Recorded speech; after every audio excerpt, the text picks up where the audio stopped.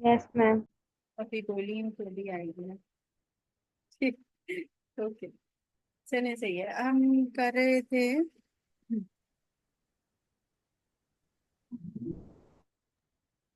ठीक है, हम इस पिक्चर पे ही थे अभी। आइका की हम बात कर रहे थे। आखिरी जो हमारी नर्व है आइका, आइका जो है ये पॉन्स के लेवल पे है। पॉन्स के लेवल पे कौन कौन सी नर्व है? 5, 6, 7, 8। ठीक है। और लैटरल 5 जो है वो थोड़ी सी ऊपर पड़ी होती है, और लैटरली एरिया जो सेरिब्रोपोंटाइन एंगल भी कवर कर रहा होता है, दैट इज द 6, 7, 8। तो आइका से याद रखना है, आइका की जब भी वो बात करेगा तो एटेक्सिया निस्टैगमस की बात कर सकता है, क्योंकि 8 इन्वॉल्व होती है क्रेनियल नर्व। फिर आइका में वो फेशियल पैरालिसिस की बात कर सकता है, क्योंकि क्रेनियल नर्व 7 इन्वॉल्व होती है। ठीक है। और ये चीजें जो हैं वो हॉर्नर सिंड्रोम की भी बात करता है बात दफा, क्योंकि क्रेनियल नर्व 8 के साथ और 7 के साथ जो है वो उसमें जो है वो बात कर देता है। ठीक है। तो ये चीजें याद रखनी है कि आइका के अंदर जो कवरिंग है वो सारी इन चीजों की है। ठीक है। और सर्वाइकल सिंपैथेटिक चेंज की वजह से हॉर्नर सिंड्रोम की भी इन्वॉल्वमेंट बात दफा इसमें दिख देता है इप्सिलैटरल। लेकिन 7, 8, 9 और 6, और सॉरी 6, 7 और 8 जो है वो इन्वॉल्व होती है आइका के साथ। और बाज दफा 5 के पॉइंट्स भी आ जाते हैं, लेकिन 5 थोड़ी सी पॉइंट्स में ऊपर की तरफ पड़ी होती है, इसलिए लैटरल पोंटाइन एंगल को ये आइका कवर करती है। ठीक है। सही हो गया। अब हमारी सिर्फ दो क्रेनियल, ये दो नर्व्स रहेगी, that is the middle cerebral artery और इसके अलावा एंटीरियर सेरिब्रल आर्टरी। ठीक है, वो मैं दूसरी पिक्चर में आप लोगों को बताती हूँ।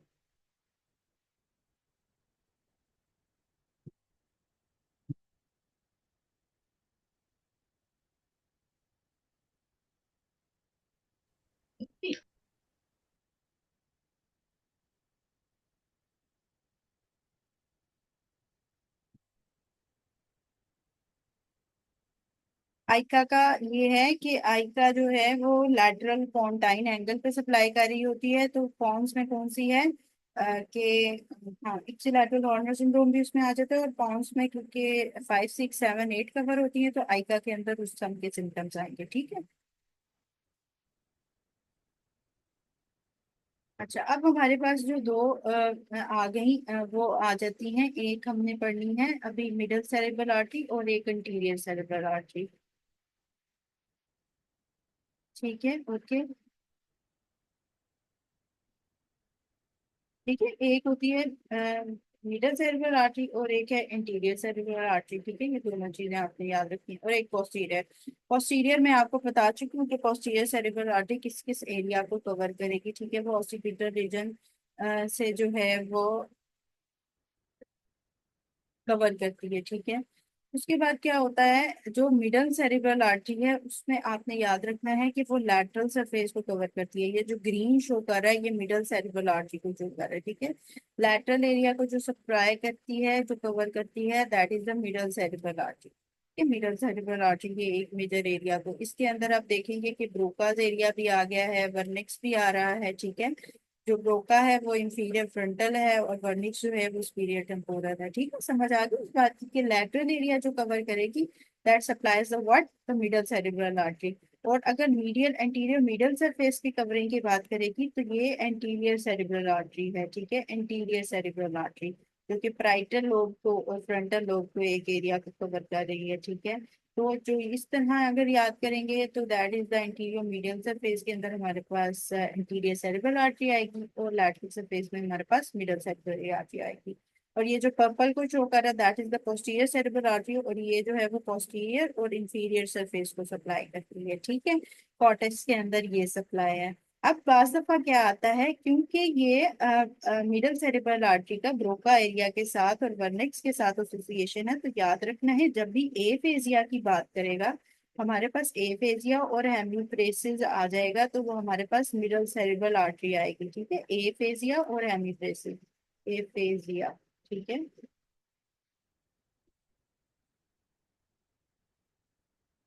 फाइन। एफेजिया और जो हेमीप्रेसिस की बात करेगा that is the middle cerebral artery. और जो एंटीरियर सेरेब्रल आर्टरी है उसमें ज्यादातर जो है वो लोअर लिम्ब की प्रेजेंटेशन के साथ वो बात करता है, लोअर लिम्ब लेग्स की प्रेजेंटेशन के साथ। ठीक है, लेग्स के साथ। लेकिन ज्यादातर जो है वो इसमें भी जो एंटीरियर सेरेब्रल आर्टरी है उसमें पैरालिसिस ही आती है, ठीक है, सेंसरी लॉस और पैरालिसिस आती है। लेकिन लोअर लिम्ब पैरालिसिस के साथ भी जो है वो एंटीरियर सेरेब्रल आर्टरी की कनेक्शन है, ठीक है।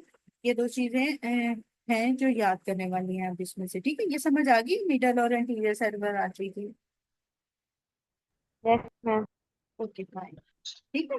तो अब अगर कोई आपसे पूछे तो इस तरह आपको सप्लाई याद होनी चाहिए कि इस एरिया में ये होती है, इस एरिया में ये होती है, तो इसलिए इसकी ये सप्लाई है। ओके फाइन, ठीक है। अच्छा, अब यहाँ पे ये हमने कर ली कुछ आर्टरीज, ठीक है। और इसके बाद जो हमने वो करना है, एक होता है ह्यूमेनक्यूलस। ह्यूमेनक्यूलस होता है कि जो प्रेजेंटेशन होती है आपकी बॉडी की ओवर द कॉर्टेक्स, ठीक है। तो एक उसकी पिक्चर देख लेते हैं, उसके अंदर से एमसीक्यूज आते हैं। कुछ एमसीक्यूज ही आते हैं, ज्यादा नहीं आते, लेकिन उसमें एमसीक्यूज ये पूछा जाता है कि मेजर पोर्शन जो अगर मैं बात करूं major portion of the body that is the cortex, तो वो कौन सा है, और माइनर पोर्शन कौन सा है। तो ये बात दफा ये एमसीक्यूज आ जाते हैं ह्यूमेनक्यूलस के रिलेटेड, ठीक है। तो अभी उसकी पिक्चर मैं आपसे शेयर कर रही हूँ। अच्छा, ये हमारे पास है ह्यूमेनक्यूलस, ठीक है। इसके अंदर हमारे पास जो है वो मेजरली जो पोर्शन हम कवर करते हैं वो हम इस चीज का कवर करते हैं, थंब का, ठीक है। याद रखना है ये इस पिक्चर में भी जो है वो एंटीरियर और इस पिक्चर के अंदर भी हमारे पास एंटीरियर, मिडल और पोस्टीरियर सेरेब्रल आर्टरी का वो दिया हुआ है, ठीक है। अब मैंने आपको बताया कि लेग्स के लिए जो लोअर लोअर लेग्स या लोअर लिम्ब की अगर बात करेगा तो कौन सी होगी, एंटीरियर सेरेब्रल आर्टरी। तो आप इस ग्रीन पोर्शन में देख सकते हैं hip, knees, ankles and toes, ठीक है। यहाँ पे कौन सी सप्लाई कर रही होती है, एंटीरियर सेरेब्रल आर्टरी। अगर कभी लोअर लिम्ब की बात करें तो कौन सी हमने करनी है, एंटीरियर सेरेब्रल आर्टरी। फिर अगर अपर लिम्ब में मेनली ये शोल्डर, एल्बो, रिस्ट, हैंड, ये सारे जो आ जाते हैं, ये आ जाते हैं हमारे पास मिडल सेरेब्रल आर्टरी के लिए, जॉ, टंग, स्वेलविंग। पोस्टीरियर सेरेब्रल आर्टरी जो है वो उसका ये एक ऑसिपिटल रीजन का पोर्शन कवर होता है, ठीक है। लेकिन जो मेजर प्रेजेंटेशन है वो हमारी अगर सबसे पहले बात करें तो वो होती है थंब की, थंब की, ठीक है। थंब की सबसे ज्यादा प्रेजेंटेशन होती है, ये बात याद रखना है, नहीं तो फिर फिंगर्स की। हैंड सबसे ज्यादा बड़ा बना हुआ है, ठीक है। जो मोटर हम के लक्ष्य हम देख रहे हैं उसके अंदर हमारे पास जो हैंड की प्रेजेंटेशन है वो सबसे ज्यादा है, ठीक है।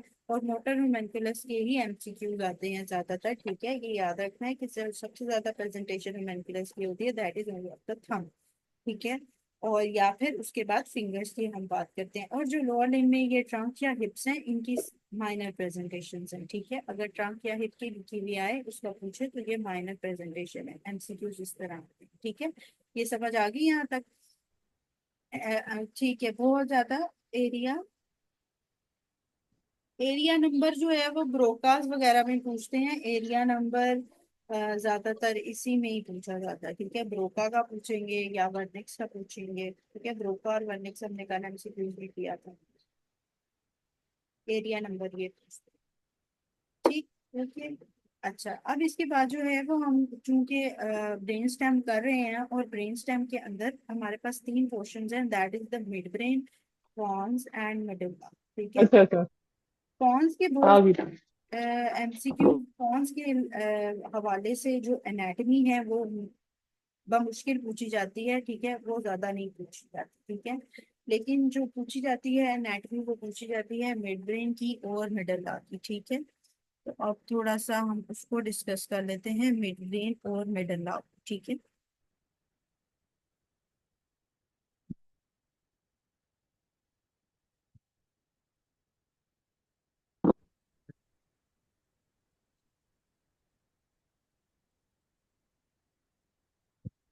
अच्छा, अब ये एक क्रॉस सेक्शनल पिक्चर है मिड ब्रेन की जो कि शो कर रहा है, ठीक है।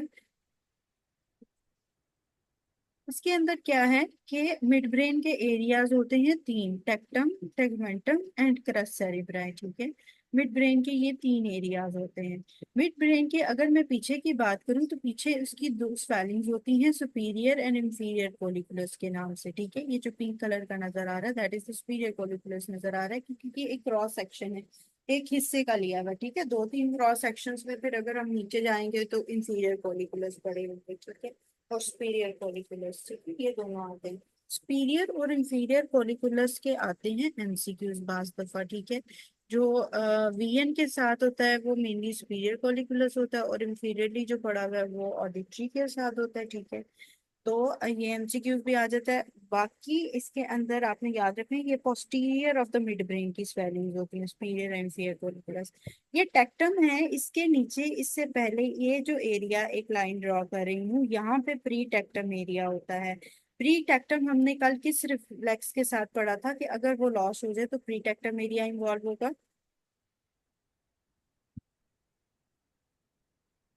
जी।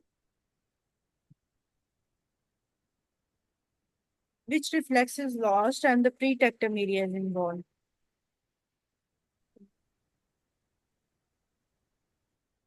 किसी को याद नहीं है, मतलब कि किसी ने रिवाइज नहीं किया।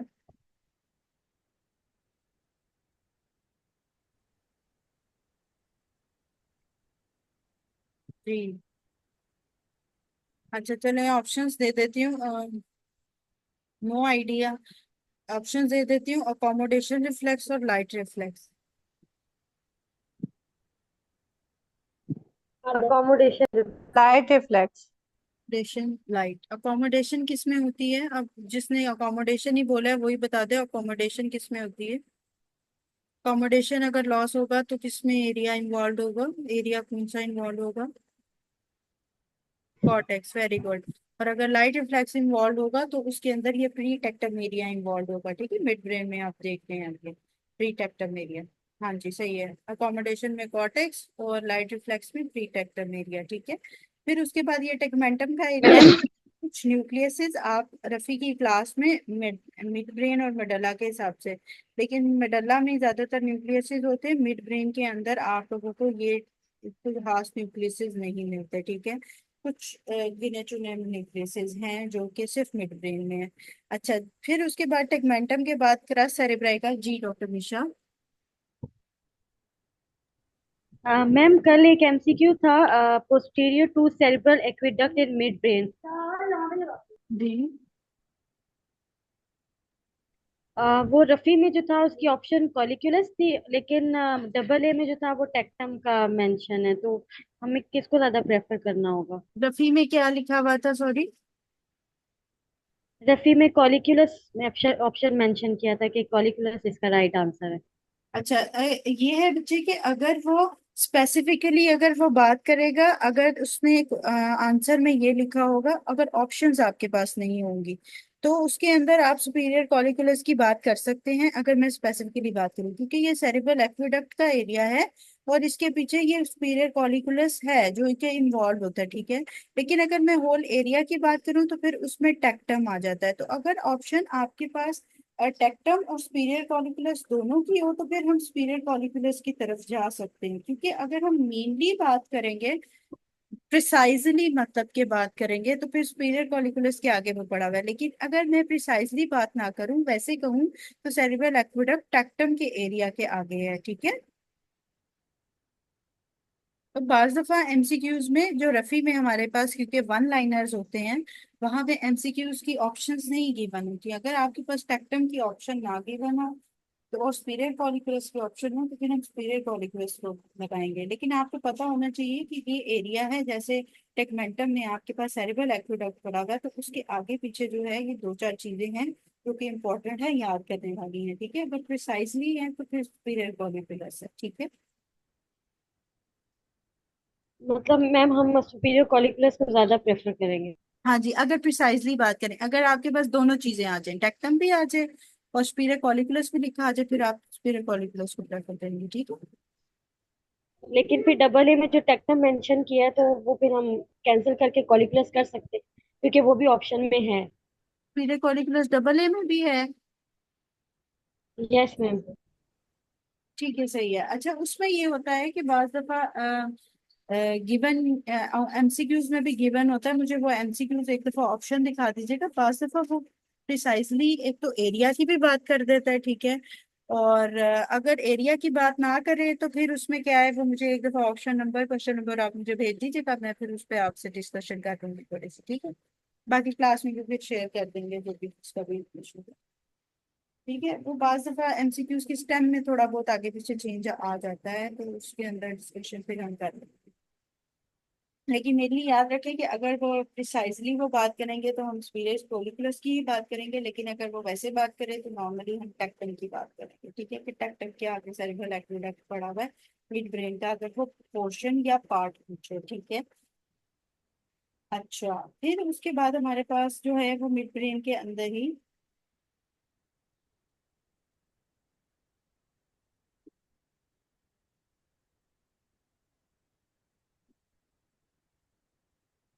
हाँ वो भी हमने पढ़ना है, विजुअल कॉर्टेक्स, वो विजुअल पाथवे करना है, अभी वेट करेंगे। अच्छा, क्वेश्चन नंबर क्या है कि अच्छा यहाँ पे जो है वो सेरेब्रल एक्वेडक्ट की बात होगी थोड़ी सी, सब्सटेंशिया नाइग्रा और क्रस सेरेब्राई का एक एमसीक्यू आता है। ठीक है, वो क्या आता है कि वो पूछते हैं कि क्रस सेरेब्राई के इधर आगे क्या पड़ा हुआ है, या close to the crus cerebri क्या पड़ा हुआ है, that is the substantia nigra. और सब्सटेंशिया नाइग्रा का आपको पता है डोपामीन के साथ आता है मल्टीपल टाइम्स एमसीक्यूज, और पार्किंसन के साथ एसोसिएट होता है। ठीक है, इसके बाद एक इम्पॉर्टेंट जो न्यूक्लियस मिड ब्रेन के अंदर पड़ा हुआ है वो है ये रेड न्यूक्लियस। ठीक है, ये जो रेड न्यूक्लियस है इट्स वेरी इंपॉर्टेंट। मैंने आप लोगों को पहले दिन बताया था कुछ एक्स्ट्रा पैरामिडल ट्रैक्स होते हैं। हमने दो चीजें डिस्कस की थी एक्स्ट्रा पैरामिडल ट्रैक्स में, एक एंटी ग्रेविटी मसल्स के कंट्रोल के लिए और एक ग्रेविटी मसल्स के कंट्रोल के लिए। और मुझे बताएगा एंटी ग्रेविटी कौन सा था और ग्रेविटी कंट्रोल कौन सा था? ट्रैक्स आपको ग्रेविटी रूब्रोस्पाइनल था। जी, एंटी ग्रेविटी और एंटी ग्रेविटी कौन सा था? ठीक है, वह एंटी ग्रेविटी जो है वो वेस्टिबुलो स्पाइनल होता है। ठीक है, वेस्टिब्यूलो। वेस्टिबुलो स्पाइनल। ठीक है, तो इसमें ये spinal is gravity, very good. लेकिन जो एंटी ग्रेविटी है दैट इज द वेस्टिबुलो स्पाइनल। तो ये चीजें, दो चीजें याद रखनी है कि ये जो रेड न्यूक्लियस होता है ना, इसका मेजर उन एक्स्ट्रा पैरामिडल ट्रैक्स के साथ एसोसिएशन होती है। ठीक है, तो ये उसके साथ एसोसिएशन है। हम आगे जो मिड कॉलिकुलर और इंफीरियर कॉलिकुलर की एक वो पढ़ेंगे, लियन। ठीक है, उसके अंदर क्या होता है कि दो किस्म की आपके पास लियंस होती हैं। ठीक है, अच्छा, दो किस्म की आपके पास लियंस होती हैं। एक होती है आपके पास मिड कॉलिकुलर लियन हम कहते हैं। ठीक है, या एक बात हम करते हैं सुपीरियर कॉलिकुलर लियन की। उसके अंदर ये रेड न्यूक्लियस और इसके नीचे रेड न्यूक्लियस के बाद जो क्रॉस सेक्शंस में हमारे पास वेस्टिबुलर न्यूक्लियर आता है पॉन्स के लेवल पे जाके थोड़ा सा। ठीक है, ये दो न्यूक्लियस होते हैं जो कि एक्स्ट्रा पैरामिडल ट्रैक में इन्वॉल्व होते हैं। ठीक है, अब यहाँ पे थोड़ा सा हम व्हाइट बोर्ड के साथ कर लेते हैं, थोड़ी सी चीजें समझने वाली हैं। ठीक है, अब मैंने आप लोगों को बोला कि दो ट्रैक्स आप लोगों ने मेजरली करने हैं, that is the anti gravity and gravity tracks. तो उसके अंदर हमारे पास क्या है कि जो रेड न्यूक्लियस का पोर्शन है एक वो, और एक है वेस्टिबुलर न्यूक्लियस जो इसके नीचे पड़ा होता है। एक होता है मिड कोलिकुलर लेवल और एक होता है सुपीरियर कोलिकुलर लेवल, सुपीरियर और एक मिड कोलिकुलर लेवल। ठीक है, मिड के अंदर जो है वो क्या इन्वॉल्वमेंट होगी और सुपीरियर के अंदर क्या इन्वॉल्वमेंट होगी। ठीक है, ये दो चीजें करने वाली हैं। एक,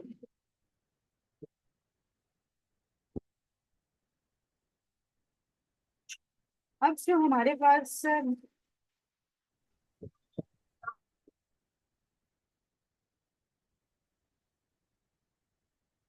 जो अब हमारे पास आ जाता है ये मिड फॉलिकुलर लेवल, उसके अंदर हम क्या पढ़ते हैं? मिड फॉलिकुलर लेवल के अंदर हमारे पास क्या होगा कि ये जो रेड एंड वेस्टिबुलर न्यूक्लियस है ये दोनों इन्वॉल्व होंगे, रेड न्यूक्लियस भी और वेस्टिबुलर न्यूक्लियस भी। रेड न्यूक्लियस क्या है? ये ग्रेविटी है, ग्रेविटी मसल्स के लिए, और वेस्टिबुलर न्यूक्लियाई किसके लिए है? एंटी ग्रेविटी के लिए। ठीक है, तो ये दोनों चीजें याद रखनी है कि अगर मिड कोलिकुलर लेवल की वो बात करेगा तो आपके पास क्या आएगा? रेड और वेस्टिकुलर दोनों। ठीक है, मिड कोलिकुलर लेवल की बात करेगा। और अगर सुपीरियर कोलिकुलर लेवल की वो बात करता है जिसके अंदर कोई मसला आएगा तो उसके अंदर ये अबव द रेड न्यूक्लियस की बात करेगा, अबव द रेड न्यूक्लियस। ठीक है, सेरिब्रल कॉर्टेक्स का एरिया या अबव द रेड न्यूक्लियस की बात करेगा। ठीक है, तो याद रखना है कि इसके अंदर अगर दोनों बात करेगा तो रेड न्यूक्लियस और वेस्टिकुलर न्यूक्लियस दोनों इन्वॉल्व होंगे, और अगर अबव की बात करेगा तो इसके अंदर कौन सा आएगा? Superior colliculus level. ठीक है, अच्छा, इनका पाथवे जो है ना वो एक्स्ट्रा पैरामीटर ट्रैक्स का मैं आपके साथ शेयर कर दूंगी ग्रुप में, ठीक है। एक्स्ट्रा पैरामीटर ट्रैक्स जो है ये कॉर्टेक्स से स्टार्ट होके नीचे तक आते हैं, ठीक है। स्पाइनल कॉर्ड के साथ इनकी एसोसिएशन आती है, ठीक है, क्योंकि ये रूब्रोस्पाइनल एंड वेस्टिबुलोस्पाइनल के आते हैं, ठीक है। इसके अलावा ये कि ये पिरामिड्स में डिफरेंशिएट नहीं करते, ये एमसीक्यू आता है, ठीक है। पाथवेज में आपके साथ ग्रुप में शेयर कर दूंगी। अब ये है, आप लोगों ने याद इसमें से क्या करना है कि जो मिड कोलिकुलर लेवल है, अगर इसकी बात करेगा मिड कोलिकुलस में डैमेज होगा तो आपके पास जो प्रेजेंटेशन होगी बंदे की, जब ये दोनों मसल डैमेज होंगे तो क्या होगा कि जो वेस्टिबुलो स्पाइनल ट्रैक है ये वाला, इसकी प्रेजेंटेशन आएगी। इसकी क्या प्रेजेंटेशन आएगी, ये क्योंकि एंटी ग्रेविटी है तो ये एंटी ग्रेविटी मसल को एक्सटेंड करता है, ठीक है। ग्रेविटी के खिलाफ मसल को एक्सटेंड करता है, ठीक है। तो इसके अंदर याद रखना है कि जब भी मिड कोलिकुलर लेवल की वो लियन की बात करेगा तो हमारे पास क्या ऑप्शन आ जाएगी, मिड कोलिकुलर लेवल की लियन की बात अगर हमारे पास करेगा तो हमने वेस्टिबुलो स्पाइनल ट्रैक की बात करनी है। वेस्टिबुलो स्पाइनल ट्रैक के साथ हमारे पास एक्सटेंशन ऑफ द लिम्ब आएगी, ठीक है, एक्सटेंशन ऑफ द लिम्ब, ठीक है, याद रखना है, ठीक है। एक्सटेंशन आएगी अगर मिड कॉलिकुलर लेवल की बात करेगा जिसमें दोनों न्यूक्लियसेस इंवॉल्व होंगे, और जो ट्रैक इंवॉल्व होगा वो हमारे पास कौन सा होगा, vestibulo spinal tract with the extension of the limb, ठीक है, एक्सटेंशन जिसमें उसके जिसे हम डी सेरिब्रेट लियन भी कहते हैं। डी सेरिब्रेट का भी ऑप्शन आपके पास आएगा, डी सेरिब्रेट लियन भी हम इसको कह रहे होते हैं, ठीक है। तो ये दोनों याद रखना है क्योंकि ये एंटी ग्रेविटी है, याद रखना है कि ग्रेविटी के खिलाफ काम करता है इसलिए एक्सटेंशन ऑफ द लिम्स करता है। तो ये बोथ अपर लिम्ब और लोअर लिम्ब दोनों की एक्सटेंशन कर देगा, और जो है वो डी सेरिब्रेट लियन इसे हम कहेंगे। डी सेरिब्रेट से याद रखना है कि इसमें डबल ई है तो ये एक्सटेंशन की लियन है, ठीक है। इतनी समझ आ गई कि हमने अगर मिड फॉलिकुलर लेवल की बात करनी है तो रेड और वेस्टिबुलर न्यूक्लियस दोनों की बात करनी है, extra pyramidal tract vestibular spinal tract की बात करनी है, और उसकी वजह से extension of the upper and lower limb with decerebrate लियन जिसे हम कहते हैं वो हो जाएगी, ठीक है। इसके बाद अगर हम बात करते हैं सुपीरियर लेवल की, ठीक है, ये रेड न्यूक्लियस आपको पता है मिड ब्रेन के लेवल पे है, वहां पे कोलिकुलस पड़ा होता है, तो इसीलिए ये रेड न्यूक्लियस के ऊपर की अगर मैं बात करूंगी। जी डॉक्टर आतिका। मैम आप ये कह रही हूँ कि अगर वेस्टिबुलो स्पाइनल ट्रैक पे लीजन है तो डीसेरिब्रेट लीजन हो जाएगा। जी मैम लेकिन वो तो एंटी ग्रेविटी है ना, हाँ, तो वो अगर एंटी उसका लीजन है तो हाँ, जब उसके अगर वो एक्सटेंशन कॉज कर देगी ना। एंटी ग्रेविटी मसल्स के लिए वेस्टिबुलो स्पाइनल ट्रैक क्या कर रहा होता है, उसकी एंटी ग्रेविटी एक्शन होता है, बस इतना। वो एंटी ग्रेविटी मसल्स के लिए बात करता है, ठीक है, जो ग्रेविटी के खिलाफ काम कर रहे होते हैं, ठीक है। तो मतलब मैम उसमें तो आप हैंड्स अगर ऊपर कर रहे हैं वो चीज आती है, तो अगर इसका लीजन होगा तो वो तो फिर ड्रॉप नहीं कर जाने चाहिए हैंड्स, नहीं, क्योंकि अगर एंटी तो ड्रॉप ही एक किस्म के ड्रॉप ही हो जाएंगे ना। मैं आपको वो पिक्चर भी ग्रुप में शेयर कर दूंगी। अब जो अगर हैंड्स को ऊपर की तरफ जाना चाहिए तो हैंड्स फिर वो फ्लेक्शन की पोजीशन में होंगे ना। अगर हैंड ऊपर की तरफ जाते हैं या अगर हम हैंड्स मूव करते हैं तो उसमें वो फ्लेक्शन की पोजीशन होगी, that is the anti gravity effect, ठीक है। अगर मैं ऊपर लेके जाऊं या मैं उसको फोल्ड करूं, हैंड्स को सीधे रखूं तो वो और बात है। अगर मैं सुपाइन पोजीशन में हूँ, मैं सीधी लेटी हूँ, that is the other thing. वो बिल्कुल सीधा है। लेकिन अगर मैं इसी तरह ही जमीन पे एक बंदा लेटा हो और उसकी बाजू हम ऊपर की तरफ करें, फोल्ड करें, बिलफर्ज से फोल्ड करें, तो ये भी तो फ्लेक्शन की एंटी ग्रेविटी इफेक्ट आ रहा है ना। लेकिन अगर यही डैमेज हो जाएगा तो क्या होगा, एक्सटेंशन हो जाएगी अपर एंड लोअर लिम्ब दोनों की, ठीक है। मैम समझ आ गई, thank you okay ma'am. Fine, ठीक है। तो ये बात अब हमने इसमें याद रखनी। बाकी दूसरा जो हमारे पास आ जाता है that is the superior colliculus level. ये आप लोगों की तरफ से भी ना कोई ड्राइंग्स करता रहता है मेरे हाथ से, पता नहीं क्या। एक्सक्यूज मी मैम, जी इसका मतलब है कि ये इसका वेस्टिबुलो स्पाइनल जो न्यूक्लियस है या ट्रैक है, इसका नॉर्मल फंक्शन फ्रैक्शन करना है, और इसका लियन जो है वो एक्सटेंशन कर देगा। जी, इसका नॉर्मल ये एंटी ग्रेविटी मसल्स के लिए होता है, ठीक है। तो नॉर्मल इसका फंक्शन ये है कि ग्रेविटी के खिलाफ अगर आपने बॉडी को लिफ्ट करना है या फ्लेक्स करना है या मूव करना है तो उसके अंदर इसका फंक्शन होगा। लेकिन अगर हम इसको खत्म कर देंगे तो बॉडी एक्सटेंडेड फॉर्म में चली जाएगी, फुल एक्सटेंडेड फॉर्म में, ठीक है।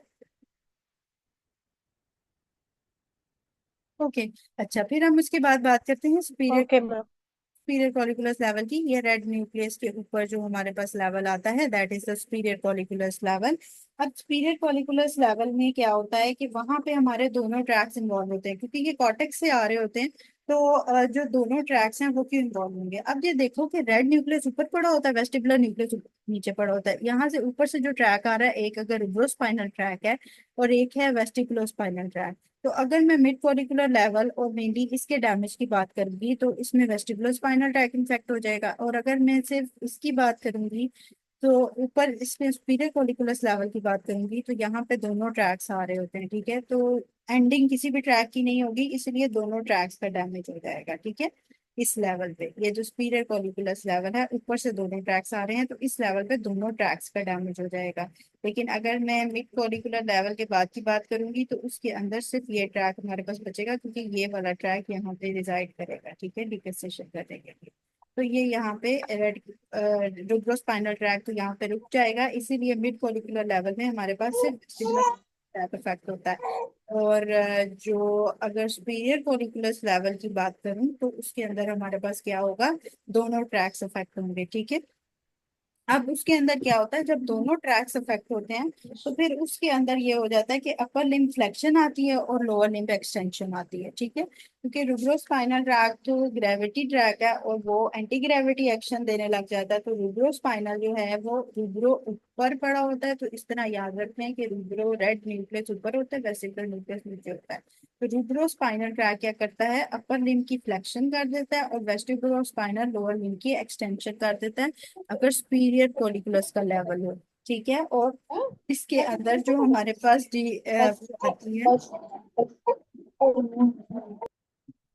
और जो इसके अंदर हमारे पास क्वेश्चन तो नहीं था आपका, ये वैसे ही बोल रहा था कोई। अच्छा, इसके अंदर जो हमारे पास अब इसमें जो प्रेजेंटेशन आती है उसे कहते हैं डी कॉर्टिकेट। एक जगह हमने पढ़ी डी सेरिब्रेट, ये होती है डी कॉर्टिकेट को कंबाइन फॉर्म में याद रख लें, डी कॉर्टिकेट लियन, जिसे फ्लेक्सर लियन भी कहते हैं। को में से कंबाइन फॉर्म में के रूब्रोस्पाइनल और वेस्टिबुलोस्पाइनल ट्रैक्स दोनों इन्वॉल्व हो जाते हैं, ठीक है। ये समझ आ गई बस इस बात की अब, कि अगर सुपीरियर कॉलिकुलस की बात करेंगे तो उसमें दोनों इन्वॉल्व होंगे, रूब्रोस्पाइनल अपर लिम्ब की फ्लेक्शन कर देगा और वेस्टिबुलोस्पाइनल लोअर लिम्ब की एक्सटेंशन कर देगा, ठीक है। फाइन। ये एमसीक्यूज 12 दफा आता है कि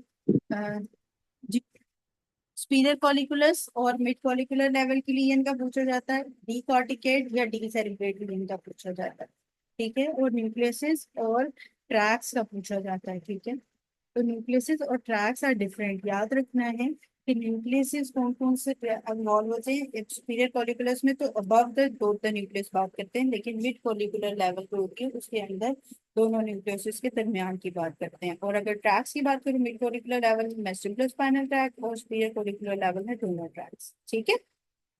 ओके।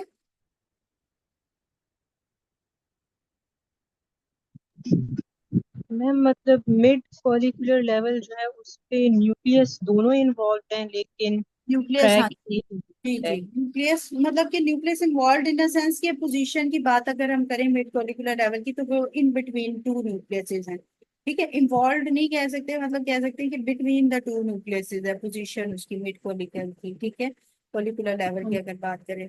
और इसी तरह पोजीशन ऑफ सुपीरियर कॉलिकुलर की बात करें तो वो रेड न्यूक्लियस से ऊपर की पोजीशन होती है, ठीक है। ठीक है मैम। Okay fine. अच्छा, अब जो है वो मिड ब्रेन के साथ हम डिस्कशन कर रहे थे, मिड ब्रेन के पोर्शन हमने कर दिए और जो इम्पोर्टेंट पॉइंट्स थे मिड ब्रेन में वो भी कर लिया और रेड न्यूक्लियस के साथ कर लिया। अब एक पिक्चर हमने देखनी है, एग्जॉस्ट तो नहीं हो रहे, समझ आ रही है साथ साथ, क्योंकि अभी कुछ चीजें रहती हैं जो यस हम मैम, जी। समझ आ रही है मैम। ओके फाइन, ठीक है, ओके ओके, ठीक है ठीक है। अब हमने मेडल्ला की एक दफा पिक्चर साथ में देख लेते हैं, मेडल्ला के कुछ पोर्शन जो हैं और न्यूक्लियस जो हैं वो कवर करने के लिए, ठीक है।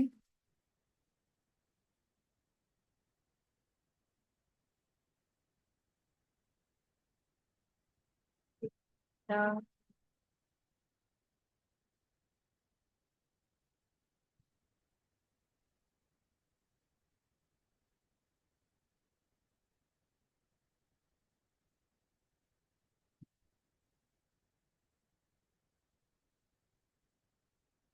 ठीक है, ओके, हाँ 1:30 तक ब्रेक करेंगे। अभी ये कुछ चीजें समझ लें, फिर 2 o'clock तक हम स्टार्ट करें, थोड़ा सा और कवर करेंगे तब तक। ठीक है, अब ये हमारे पास जो है ना वो मेडल्ला का एक आ जाता है पोर्शन, ठीक है, जो हमने कवर करना है। मेडल्ला में आप मल्टीपल एमसीक्यूज, एक तो ये है कि इसके न्यूक्लियस का पूछा जाता है, ठीक है, मिड ऑफ द मेडल्ला में सेंटर में ये मेजर जो न्यूक्लियस होता है वो न्यूक्लियस एम्बिगियस होता है, ठीक है, ये पूछा जाता है बास दफा, ठीक है, और ये वेगस नर्व के साथ, लॉस ऑफ ब्रेंचियल के साथ, और ये ईटिंग चूइंग में स्वॉल्विंग में न्यूक्लियस एम्बिगियस जो मोटर फंक्शंस होते हैं वो इसके साथ होते हैं। ये आप लोग पढ़ेंगे। अच्छा, फेसिकुलस ग्रेसिलस एंड फेसिकुलस क्यूनेटियस, फेसिकुलस ग्रेसिलस और फेसिकुलस क्यूनेटियस किस ट्रैक में हमने पढ़े थे? DCML। पीसीएमएल के साथ। तो यहाँ पे जो मेडल्ला का एरिया होता है ना, यहाँ पे ये स्वेलिंग्स होती हैं, ये फेसिकुलस ग्रेसिलस की, क्यूनेटियस की, और ये पोस्टीरियर मीडियन सल्कस पीछे की तरफ, ये बैक है, ठीक है, ये पीछे की तरफ बना होता है, ठीक है, और उसके साथ ये 2 स्वेलिंग्स होती हैं। फिर उसके बाद जो है वो उसके अंदर जो आ जाता है, फ्रंट पे जो स्वेलिंग होती है मेडल्ला में, वो पायरामिड्स की स्वेलिंग होती है, ये एंटीरियर मीडियन फिशर होता है। और पायरामिड्स पे जो है ये कॉर्टिकोस्पाइनल ट्रैक्ट्स, जो कि आपके डिसेंडिंग पाथवेज हैं, मोटर पाथवेज, वो यहाँ पे डिकसेट करते हैं पायरामिड ट्रैक। इसीलिए जो एक्स्ट्रा पायरामिडल ट्रैक्स हैं उनको एक्स्ट्रा पायरामिड इसलिए कहा जाता है क्योंकि वो यहाँ पे पायरामिड पे डिकसेट नहीं करते, ठीक है, ये बात याद रखनी है। फिर इंफीरियर ओलिवरी न्यूक्लियस होता है और एक सुपीरियर ओलिवरी न्यूक्लियस इसके अंदर पाया जाता है, ठीक है।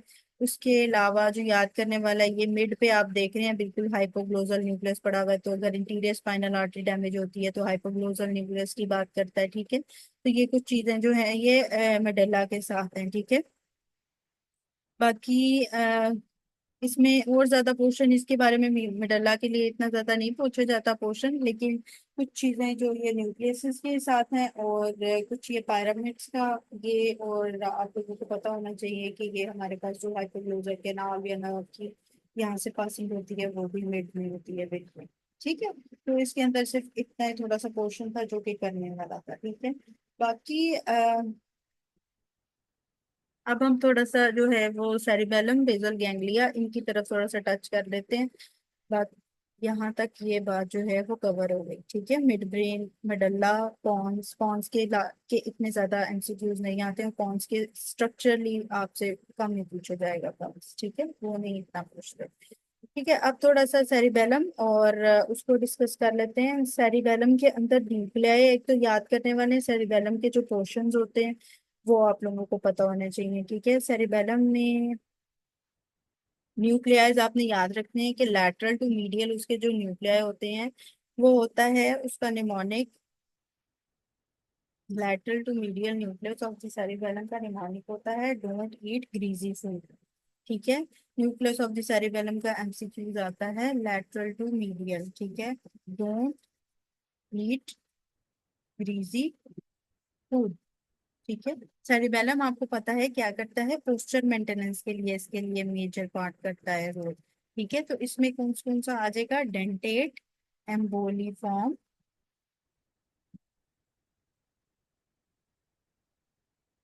ठीक है,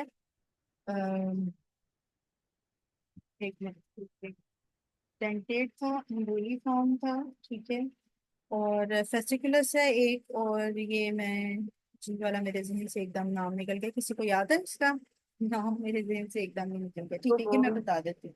जी सॉरी, ग्लोबस साइड था। वो अच्छा ठीक है, सही है। अच्छा, ये मैं इधर ये बता देती हूँ, डेंटेट, ग्लोबस पैलेडस। हाँ, नहीं ग्लोबस पैलिडस नहीं, ग्लोबस पैलिडस बेसल गैंग्लिया का पार्ट है, ठीक है। मैं उसका एक मिनट आपको नाम बताती हूँ, मेरे जहन से बिल्कुल एकदम ही, एक मिनट, प्रेस्टीजियर, हाँ ग्लोबोस था, ग्लोबोस था, ठीक है। तो वो सॉरी फॉर दैट, मेरे सेम से। अच्छा, ये है कि dentate, don't eat greasy food से याद रखना है, लैटरल टू वेंट्रिकल, डेंटेट, एम्बोलिफॉर्म, ग्लोबोज और फेस्टिजियल, ये जो न्यूक्लियस हैं ये कवर करते हैं सेरिबेलम को, ठीक है। एक तो ये लैटरल टू मीडियल न्यूक्लियस का एमसीक्यू जाता है, फिर उसके बाद जो सेरिबेलम के पार्ट्स होते हैं उसके अंदर एमसीक्यू हमारे पास आता है। अब वो मैं आपसे पिक्चर एक शेयर करती हूँ, एक मिनट, सेरिबेलम के पार्ट्स की।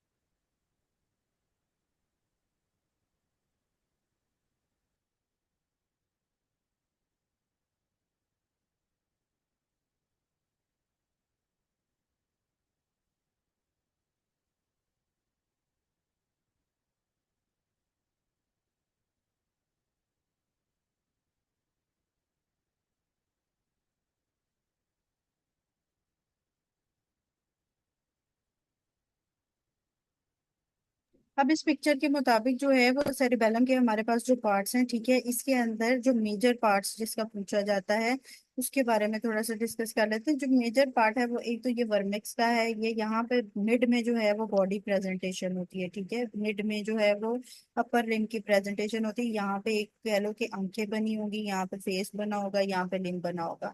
जो हैंड्स की प्रेजेंटेशन और मतलब अपर लिम्ब का मतलब कि ट्रंक और फेस की, जो हैंड्स और लेग्स की प्रेजेंटेशन होती है वो यहाँ पे होती है एंटीरियर लोब के एरियाज में, ठीक है। जो एंटीरियर लोब का एरिया होता है यहाँ पे जो है वो हैंड और लिम्ब की प्रेजेंटेशन, जैसे एक तितली टाइप प्रेजेंटेशन याद कर लो कि बीच में फेस और ट्रंक की मेजर प्रेजेंटेशन होती है वर्मिक्स के ऊपर, और जो हमारी हैंड और लिम्ब की प्रेजेंटेशन होती है ये पोस्टीरियरली प्रेजेंटेशन होती है, ठीक है। एक ये बात, ये एंटीरियर लोब के दो पोर्शंस होते हैं यहाँ पे, मिडल और ये लैटरल एरियाज, जिसको ये हैंड और लिम्स कवर करते हैं, ठीक है।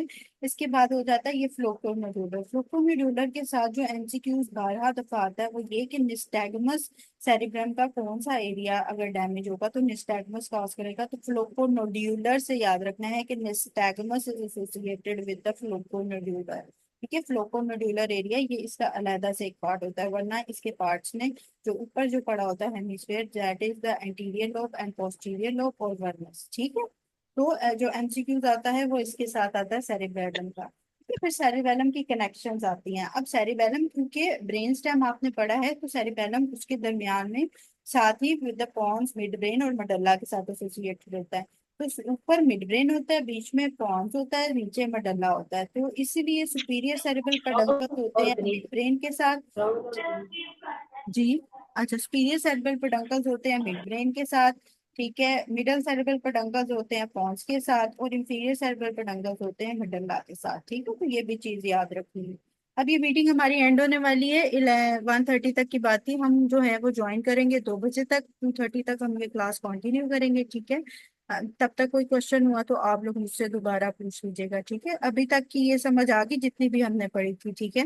ये एमसीक्यूज भी हमने साथ में रिवाइज किए हैं, मल्टीपल एमसीक्यूज इसमें से आते हैं, ठीक हो गया।